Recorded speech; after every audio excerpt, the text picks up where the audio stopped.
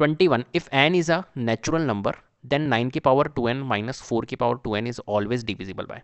देखो क्या कह रहा है, ये कह रहा है अपने को कि अगर 9 की पावर 2n है माइनस 4 की पावर 2n है, राइट, तो हमें ये बताना है ऑलवेज डिविजिबल बाय, किससे डिविजिबल होगा। तो जब भी अगर इस टाइप की सिचुएशन हो ना, तो यहाँ पर ध्यान रखना, अगर हमारे पास में ऐसा लिखा हुआ a की पावर 2n माइनस b की पावर 2n, यहाँ पर क्या है देखो, पावर सेम है, राइट, पावर सेम है। तो जब भी अगर ऐसी सिचुएशन हो तो वो नंबर डिवाइड होता है a plus and a minus B, जहाँ पर a क्या है, बेस है। तो कुल मिला के a प्लस बी और a माइनस बी से, तो यहाँ पर बेस क्या है 9 और 4, मतलब ये 9 प्लस 4 से भी डिवाइड होगा और 9 माइनस 4 से भी होगा। तो 9 प्लस 4 क्या है 13 और 9 माइनस 5 क्या है 5। 9 13 और 5 दोनों से डिवाइड होगा, बोथ 5 एंड 13। और अगर आपको ये चीज़ याद भी नहीं है ना, तो भी आप इस क्वेश्चन को सॉल्व कर सकते हो। कैसे कि इसने क्या बोला था अपने को, 9 की पावर 2n माइनस 4 की पावर 2n, राइट। ये तो मैंने आपको कॉन्सेप्ट बता दिया कि ऐसा होता है। लेकिन अगर नहीं भी पता और इसने कहा था n जो है यहाँ पर नेचुरल नंबर है, तो आप क्या करो, छोटे से छोटा नेचुरल नंबर ले लो और सेटिस्फाइड करवा के देख लो। तो 9 की पावर 2, n की वैल्यू मैंने 1 रख दी, तो 9 की पावर 2 इंटू 1 होगा 2, माइनस 4 की पावर 2 इंटू 1 होगा 4 की पावर 2, तो 9 की पावर 2 81, 4 की पावर 2 16, 81 माइनस 16 अगर हम करते हैं तो 65 आता है। तो 65 को 5 भी डिवाइड करता है एंड 13 भी डिवाइड करता है, बोलो, तो बोथ 5 एंड 13, राइट। चलो इस तरीके से, if n is any natural numbers then 6 की पावर n माइनस 5 की पावर। अब देखो इसको अभी मैंने अप्रोच बताई थी ना, इससे ही सॉल्व करेंगे। तो 6 की पावर n है माइनस 5 की पावर n है, राइट। तो n की वैल्यू मैंने क्या कर दी, n की वैल्यू मैंने 1 रख दी, तो ये हो जाएगा 6 की पावर 1 माइनस 5 की पावर 1, मतलब 6 minus 5 which is equals to 1। तो ऑलवेज एंड्स विथ 1। अब आपके मन में एक क्यूरियोसिटी आ रही होगी कि सर एक काम करता हूँ ना, n की जगह 2 रखो अब की बार। मैंने कहा ठीक है रख लेते हैं। तो 6 की पावर 2 माइनस 5 की पावर 2, 6 की power 2 36 minus 25 which is equals to 11। देखो क्या आ रहा है, ऑलवेज एंड विथ 1। ठीक है, फिर आप कहोगे नहीं सर एक काम करो 6 की पावर 3 रखो इस बार। मैंने कहा n की पावर 3, n 3 रखो, ठीक है तो रख लेते हैं। तो n 3, 6 की पावर 3 कितना होता है 216, और 5 की पावर 3 कितना होता है 125, राइट। अब इनमें से कर लो, तो देखो 6 में से 5 लेस करोगे तो कितना आएगा 1 आएगा, फिर से यूनिट डिजिट 1, मतलब एंड विथ 1। क्लियर है, तो इस तरीके से आप कर सकते हो, ऑप्शन ए करेक्ट होगा। चलो next, the LCM and HCF of two rational numbers are equal then the number must be. क्या बताना है यहाँ पर अपने को, the LCM and HCF of two rational numbers are equal then the number must be. Obvious बात है यार, अगर एलसीएम और एचसीएफ दोनों हमारे क्या हो, इक्विवेलेंट हो, तो जो नंबर होगा वो भी क्या होगा हमारा, इक्वल होगा, राइट।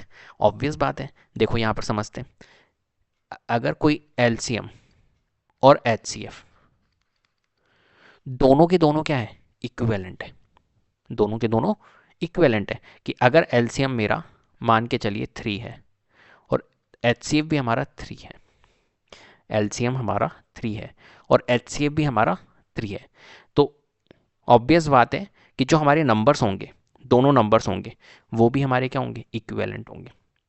ठीक है, क्लियर है बात। तो इक्विवेलेंट होगा तो नंबर की पॉसिबिलिटीज क्या होगी, नंबर की पॉसिबिलिटीज क्या होगी, इक्विवेलेंट होगी।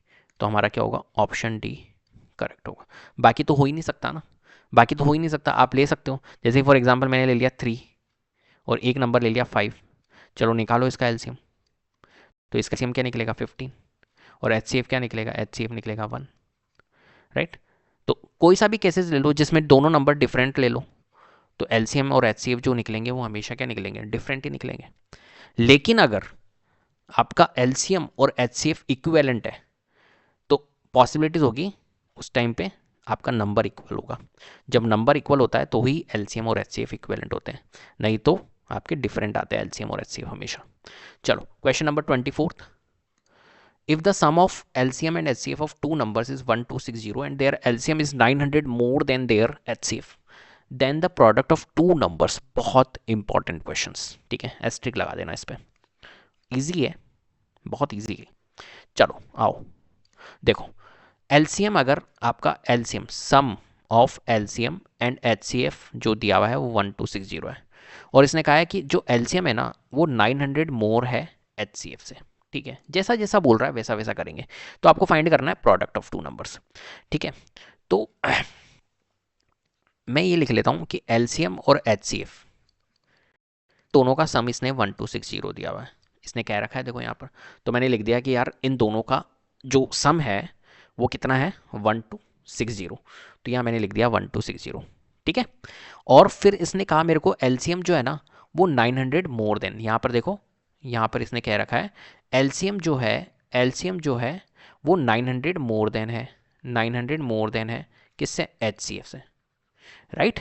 LCM जो है वो 900 ज़्यादा है HCF से, तो मैं यहाँ पर HCF की जगह पे ऐसे नहीं लिख सकता हूँ 900 प्लस HCF, लिख सकता हूँ, तो मैंने लिख दिया। और यहाँ पर क्या था plus HCF which is equal to 1260। तो देखो 900 प्लस HCF कितना हो जाएगा, 900 plus 2HCF is equal to 1260। तो 2HCF इज इक्वल टू 1260, 900 को ट्रांसपोज करेंगे तो माइनस हो जाएगा, तो ये हो जाएगा हमारा 360। तो 2 से हमारा रिड्यूस हो रहा है, HCF की वैल्यू हमारी कितनी आ जाएगी 180। क्लियर है। तो यहाँ से एक चीज़ निकल गई हमारी कि HCF जो है वो हमारा आया 180। क्लियर है। और LCM जो होगा वो देखो इसने कहा था 900 से HCF से 900 ज़्यादा है, तो HCF 180 अगर निकला तो LCM हमारा 900 प्लस हो जाएगा, मतलब 1080। तो हमें क्या निकालना है यहाँ पर, इसने बोला है क्वेश्चन में, तो प्रोडक्ट ऑफ टू नंबर्स आप फाइंड करो। तो मुझे ये पता है कि जो प्रोडक्ट ऑफ टू नंबर्स होता है, प्रोडक्ट ऑफ टू नंबर्स होता है वो LCM इंटू HCF होता है, और मैंने यहाँ पर निकाल चुका हूँ LCM भी और HCF भी। तो एक काम करता हूँ ना, 1080 को मल्टीप्लाई कर लेता हूँ 180 से, तो 108 इंटू 18 कर लो आप, 108 इंटू 18 कर लो, तो 18 8 जा 144, ये 4, 18 1 जा 18, 19, 1944, और इनके दो जीरोस जो थे वो हम लिखेंगे, तो 194400 कहाँ पर है, ऑप्शन बी में, ऑप्शन बी हमारा करेक्ट होगा। सिंपल रिलेशनशिप के ऊपर बेस्ड क्वेश्चन है था। चलो नेक्स्ट क्वेश्चन है 25, the remainder when the square of any prime number greater than 3 is divided by 6। क्या बोल रहा है, the remainder when the square of any prime number greater than 3, ठीक है, तो आपको बताना इज डिवाइडेड बाय 6। चलो तो कोई भी एक प्राइम नंबर है जो आपको लेना है ग्रेटर देन 3, इसने ऐसा बोला है, तो प्राइम नंबर ग्रेटर देन 3 जिसको हम डिवाइड करेंगे 6 से, तो रिमाइंडर क्या आता है देखते हैं। तो प्राइम नंबर ग्रेटर देन 3 हमारा कौन कौन से है, प्राइम नंबर यहाँ लिख लेता हूँ, प्राइम नंबर ग्रेटर देन 3 कौन कौन से है, एक तो है हमारा 5, ठीक है, 3 नहीं लेना है क्योंकि ग्रेटर देन 3 बोला है, तो एक तो है 5 और 7, ऐसे बहुत सारे हैं, 11 भी है, तो हम कोई एक ले लेते हैं। 5 है तो 5 का स्क्वायर अगर करते हैं हम तो 25 आता है, और 25 को डिवाइड करते हैं 6 से, इसने बोला है, तो यहाँ पर रिमाइंडर हमें कितना मिलता है 1। ऐसे ही हमने 7 ले लिया मान के चलो, तो 7 का स्क्वायर होता है 49, और 49 को जब डिवाइड करता हूँ 6 से तो फिर से रिमाइंडर 1 आता है, राइट। फिर मैंने कहा चलो 11 को भी ले ही लेते हैं यार सिखाने के लिए, तो 11 का 121 होता है, डिवाइड बाय 6 करूँगा तो रिमाइंडर फिर से हमारे को 1 मिल रहा है। तीनों केसेस के अंदर 1, और भी आप आगे लोगे तो 1 मिलेगा आपको, तो रिमाइंडर हमेशा क्या मिलता है 1, ऑप्शन ए करेक्ट। चलो question number 26, for some integers m every even integer is of the form. आपको ये बताना है यहाँ पर इस क्वेश्चन के अंदर कुछ इंटीजर m है, ठीक है, उसके लिए हर एक इवन इंटीजर्स के लिए जो इवन इंटीजर्स होते हैं वो किस फॉर्म में होते हैं ये बताना है कुल मिला के।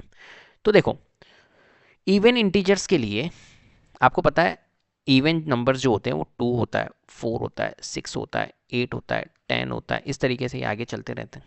तो ऑब्वियस बात है कि जो हमारा इवन नंबर होता है, इवन नंबर होता है, इवन इंटीजर्स होता है, राइट, वो होते हैं मल्टीपल ऑफ 2, मल्टीपल ऑफ 2। तो 2 की पावर m या 2 की पावर m क्या, 2m मल्टीपल ऑफ 2, m यहाँ पर एनी इंटीजर, सम इंटीजर्स हो सकता है, तो 2m के फॉर्म में होता है। ठीक है, तो ऑप्शन सी हमारा क्या होगा, करेक्ट होगा। चलो 27 है, for some integer q every odd integer is of the form. अब की बार बोला इसने इंटीजर q के लिए बताना है odd integer is of the form. चलो, तो ऑड इंटीजर्स जो होते हैं वो किस फॉर्म में होते हैं, क्यू की टर्म्स में बताना है, क्योंकि इसने बोला क्यू की टर्म्स में बताओ। तो ऑड इंटीजर्स जो होता है कौन कौन से होते हैं, देखो 1 3 5 7 9 इस तरीके से चलते हैं। ठीक है, तो ऑड इंटीजर्स को अगर देखोगे आप तो किस फॉर्म में होते हैं, ऑड इंटीजर्स होते हैं 2q + 1 के फॉर्म में, राइट। जिसके अंदर आप अगर q की वैल्यू रखते हो 0 मान के चलो, तो 2 × 0 + 1 कितना हो जाएगा, 1। आ गया एक और नंबर। फिर मैंने q की वैल्यू रखी 1, तो 2 × 1 + 1 कितना आ गया, 3 आ गया, सेकेंड ऑड नंबर। q की वैल्यू मैंने रखी 2, तो 2 × 2 + 1 कितना आ गया, 5 आ गया, नेक्स्ट आ गया। इस तरीके से आती रहेगी ये वैल्यूज। तो किस फॉर्म में होता है, 2q + 1 के फॉर्म में। ऑप्शन डी हमारा करेक्ट होगा। क्लियर है, चलो बढ़ते हैं आगे। 28 क्वेश्चन है, n² - 1 is divisible by 8 if n is, आपको बताना है। ठीक है, चलो, तो n² - 1 is divisible by 8 if n is, तो देखो यहां पर समझना, n² - 1 is divisible by 8, right. तो n क्या है यहां पर ये बताना है। तो n की वैल्यू में क्या रख सकता हूं, यहां पर देखो n की वैल्यू 1 रखूंगा तो 0/8 हो जाएगा, तो वो तो डिवाइड ही नहीं होगा। डिविजिबल बाय 8 होना चाहिए, तो उसके लिए मैं n की वैल्यू, पॉसिबल वैल्यू रखूंगा 3। जब मैंने 3 रखी तो 3 का स्क्वायर माइनस 1, 3 का स्क्वायर माइनस 1 करूंगा मैं, तो कितना आएगा, 8, 8/1 हो रहा है, बिल्कुल है ना। फिर मैं n की वैल्यू 4 रखता हूं। जब मैं n की वैल्यू 4 रखूंगा तो 4 का स्क्वायर कितना होगा, 16, 16 माइनस 1 जब मैं करूंगा तो 15 आएगा, 15/8 नहीं होता है, तो n की वैल्यू 4 पॉसिबल नहीं है। फिर n की वैल्यू मैं 5 रखता हूँ नेक्स्ट, तो n की वैल्यू 5 रखूंगा तो 5 का स्क्वायर कितना होता है, 25, 25 माइनस 4 करूंगा 24, और 24/8 करूंगा तो हो रहा है, तो n की वैल्यू 5 से भी हो रहा है। फिर n की वैल्यू 6 रखूंगा तो नहीं होगा, फिर n की वैल्यू 7। तो यहां से एक चीज समझ में आ गई कि अच्छा सर आप रख रहे हो ऑड नंबर्स, ऑड इंटीजर्स रख रहे हो, तो ऑप्शन सी हमारा क्या होगा, ऑड इंटीजर से 8 से डिविजिबल हो जाएगा। ठीक है, चलो 29, the decimal expansion of the rational numbers 33/2 × 5 will terminate after. फिर मैंने आपको बताया था जब भी अगर ऐसे क्वेश्चंस आते हैं तो अब मैं पूरा सॉल्व नहीं करूंगा। करना क्या है बताइए, करना सिर्फ यही है हमें कि हमें देखनी होती है यहाँ पर कौन सी वाली पावर, हाईएस्ट या लोवेस्ट, हाईएस्ट पावर, राइट। तो हाईएस्ट पावर क्या होगी, 2 की पावर 2 और 5 की पावर 1 में हाईएस्ट पावर है 2। ठीक है, 2 की पावर 2 मतलब 2 पावर नजर आ रही है मेरे को हाईएस्ट, तो 2 डेसिमल प्लेसेस, तो 2 डेसिमल कहाँ पर है, 2 डेसिमल प्लेसेस के बाद में वो टर्मिनेट हो जाएगा। क्लियर है, चलो आगे बढ़ते हैं। 30, if 2 positive integers a and b are written as ये b, इस टाइप से x y आर प्राइम ने। ठीक है, HCF हमें फाइंड करना है। इस टाइप का क्वेश्चन भी हमने कर लिया है, फिर से लगा लेते हैं। ठीक है, जिससे कि हमारा कमांड आ जाए। तो देखो a जो है वो किस फॉर्म में है, x³ y² के फॉर्म में, और b किस फॉर्म में है, XY³ के फॉर्म में, राइट। और हमें फाइंड करना है HCF। HCF, तो HCF जब हम निकालेंगे तो HCF क्या होता है, HCF के लिए हमेशा हम क्या लेते हैं, लोवेस्ट पावर, लोवेस्ट पावर। तो लोवेस्ट पावर क्या है, x³ और x में लोवेस्ट पावर है x, और y² और y³ में लोवेस्ट पावर है y²। तो HCF क्या हो गया, XY²। कहाँ पर है बेटा, ऑप्शन बी में करेक्ट, XY का स्क्वायर। ठीक है, चलो 31, the least number that is divisible by all the numbers from 1 to 10 both inclusive.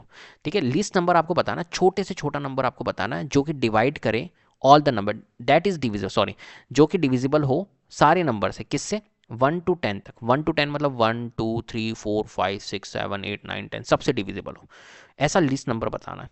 तो लीस्ट नंबर बताना मतलब एक तरह से आपको एलसीएम बताना है, जो कि एलसीएम कुल मिला के ये आपको ये कहना चाह रहा है कि आपको एलसीएम बताना है, एलसीएम ऑफ 1 2 3 4 5 6 7 8 9 एंड 10, इनका एलसीएम आपको कैलकुलेट करना है। अब देखो इनका एलसीएम जब आप कैलकुलेट करोगे तो बहुत टाइम लग जाएगा। तो यहाँ से एक चीज़ समझो, क्योंकि ये क्वेश्चन है आपका एमसीक्यूज़ में, और अगर एमसीक्यूज़ में ये क्वेश्चन है तो आपको पूरा सॉल्व करने की रिक्वायरमेंट ही नहीं है। फिर कितना करना है आपको, देखो समझना। यहाँ पर आप क्या करो, 1 से लेके 10 तक सारों से डिविजिबल होना चाहिए वो नंबर, पहली बात तो ठीक है। अगर सारों से डिविजिबल होना चाहिए तो अब यहाँ पर देखो इंटरेस्टिंग क्या है, अगर मैं इस 10 को ले लेता हूँ, मान के चलो कि 10 एक ऐसा नंबर है जो सारे से डिविजिबल हो रहा है, ऑप्शन ए लेके चलता हूँ, तो सारों से तो डिविजिबल, क्योंकि 10 हमारा 3 से डिविजिबल नहीं होता है, तो ये हमारा ऑप्शन कट हो जाएगा। अब 100 को लेके चलता हूँ, 100 होता है क्या, तो देखो 1 2 से हो जाएगा, लेकिन 100 3 से नहीं होता है, तो ये भी कट हो जाएगा। फिर 504 को लेके चलता हूँ, 504, लेकिन 504 4 है, 4 है मतलब ये 5 से तो होगा ही नहीं डिविजिबल, तो ये भी नहीं होगा। 2520, यस बिल्कुल, ये वाला नंबर एक ऐसा नंबर होगा जो सारे नंबर से डिविजिबल हो जाएगा। आप चेक कर सकते हो, हालांकि ये हो जाएगा क्योंकि सारे ऑप्शन तो एलिमिनेट हो चुके हैं, तो ऑप्शन डी बचा, तो ऑप्शन डी हमारा करेक्ट होगा। क्वेश्चन को पूरा सॉल्व करने की रिक्वायरमेंट नहीं है क्योंकि ये ऑप्शन बेस्ड क्वेश्चन है। The largest number which divide 70 and 125 leaving remainder 5 and 8 respectively is. तो देखो एक लार्जेस्ट नंबर है, ठीक है, जिसको डिवाइड किया जाता है 70 और 125 से, लिविंग रिमाइंडर 5 एंड 8, ठीक है, रेस्पेक्टिव। तो the largest number which divide 70 and 125, और उसमें हमारे को लिविंग रिमाइंडर, जो हमारे को रिमाइंडर मिलता है वो कितना मिलता है, 5 और 8। तो जब भी अगर इस टाइप के क्वेश्चन आए तो आप क्या करो, यहाँ पर रिमाइंडर को लेस कर दो। तो 70 में से क्या बच रहा है, 5 बच रहा है, तो ये हो जाएगा 65, और 125 में से रिमाइंडर बच रहा है 8, तो ये नंबर हो जाएगा 125 माइनस 8 कितना होता है, 117। क्लियर है, मतलब नंबर ये दोनों थे एग्जैक्टली 65 और 170, ठीक है। तो एक ऐसा लार्जेस्ट नंबर बताना है जो इन नंबर्स को क्या करता है, डिवाइड करता है, ठीक है। तो the largest number which divide 70 and 125 leaving remainder 5 और 8, मतलब एक ऐसा लार्जेस्ट नंबर आपको बताना है जो इनसे डिवाइड। तो मैंने क्या करा, इस क्वेश्चन को अलग चेंज कर दिया कि रिमाइंडर ही हटा दिया। तो रिमाइंडर हटा दिया, इसका मतलब है कि 65 था और ये 170 था। तो आपको एक ऐसी वैल्यू बतानी है जो इनको क्या करे, डिवाइड करे, रिड्यूस करे, और लार्जेस्ट वैल्यू बतानी, ठीक है। तो लार्जेस्ट वैल्यू आपको कौन सी दिख रही है यहाँ पर, देखो 13। सबसे पहले हम क्या करेंगे, यहाँ पर लार्जेस्ट वैल्यू देखेंगे, तो लार्जेस्ट वैल्यू देखेंगे तो 1750 है, लेकिन ये पॉसिबल नहीं है क्योंकि ये इनको डिवाइड नहीं करेगा। फिर नेक्स्ट लार्जेस्ट वैल्यू 875 है, लेकिन ये पॉसिबल नहीं है, इनको डिवाइड नहीं करेगा। फिर नेक्स्ट लार्जेस्ट वैल्यू मैंने देखी 65, तो 65 बिल्कुल इसको भी डिवाइड कर रहा है और इसको नहीं कर रहा है, तो हमारा 65 भी कैंसिल आउट हो गया है क्योंकि दोनों को डिवाइड नहीं कर रहा है। फिर 13 को देखा तो 13 आपका इसको भी डिवाइड करता है और इसको भी करता है, तो ऑप्शन ए हमारा क्या होगा, करेक्ट होगा। क्लियर है, चलिए आगे बढ़ते हैं।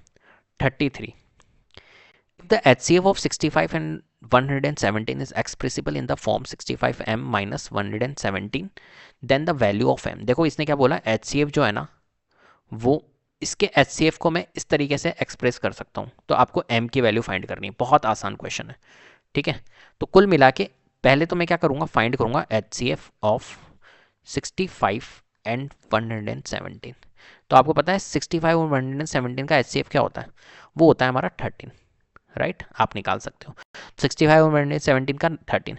और इसने कहा कि इसके HCF को मैं इस फॉर्म में एक्सप्रेस कर सकता हूँ, मतलब यहाँ से कहने का मतलब है कि अकॉर्डिंग टू क्वेश्चन हम ये कह सकते हैं कि 65m माइनस 117 जो है वो 13 के इक्विवेलेंट है, क्योंकि इस HCF को, इसका जो HCF आया 13, उसको मैं इस फॉर्म में एक्सप्रेस कर सकता हूँ, तो ये लिख लिया मैंने।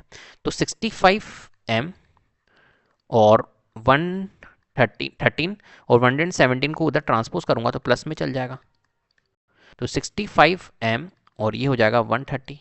तो m की वैल्यू कितनी आ जाएगी, 65 से ये 2 बार, m की वैल्यू आ गई 2। क्लियर है, तो कौन सा ऑप्शन है, बी ऑप्शन 2 करेक्ट होगा। चलो, the decimal expansion of the rational number 14587 divide by 1250 will terminate after. तो फिर से देखो क्वेश्चन आ गया, कितने डेसिमल प्लेसेस के बाद में ये टर्मिनेट होगा। तो मैंने अभी आपको बताया था, डिनोमिनेटर को फोकस करो, डिनोमिनेटर है 1250, राइट, और 1250 होता है 125 इंटू 10, और 125 इंटू 10 मतलब 5 की पावर 3 इंटू 2 इंटू 5 मतलब 5 की पावर 4 इंटू 2। तो यहाँ पर हमेशा क्या देखना होता है, जब भी डेसिमल एक्सपेंशन वाले क्वेश्चन आते हैं तो यहाँ पर हमें क्या देखना होता है, मैक्सिमम हाईएस्ट पावर, राइट। तो हाईएस्ट पावर क्या है, हाईएस्ट पावर है हमारी 4। तो हाईएस्ट पावर अगर हमारी यहाँ पर 4 है तो 4 डेसिमल प्लेसेस के बाद में टर्मिनेट हो जाएगा, 4 डेसिमल प्लेसेस। क्लियर। चलिए, तो इसी के साथ में हमारा ये पूरा लेक्चर कंप्लीट हो गया है। हमने 34 क्वेश्चंस कंप्लीट कर लिए हैं और ये देखने के बाद में आप में एक अलग ही कॉन्फिडेंस आया होगा कि हाँ यार अब चीज़ें क्लियर हो रही है और किस तरीके से अप्रोच करना है क्वेश्चन, ये सारी आपने चीज़ें यहाँ पर सीखी होगी। क्लियर है। तो उम्मीद करता हूँ आपको वीडियो बहुत पसंद आई होगी। अगर वीडियो पसंद आई है तो प्लीज़ लाइक कीजिए, शेयर कीजिए, चैनल को सब्सक्राइब कर लीजिएगा, बेल आइकन को जरूर प्रेस कर लीजिएगा, जिससे कि अपकमिंग वीडियोज़ के नोटिफिकेशन आपको टाइम टू टाइम मिलते रहे। Thank you so much.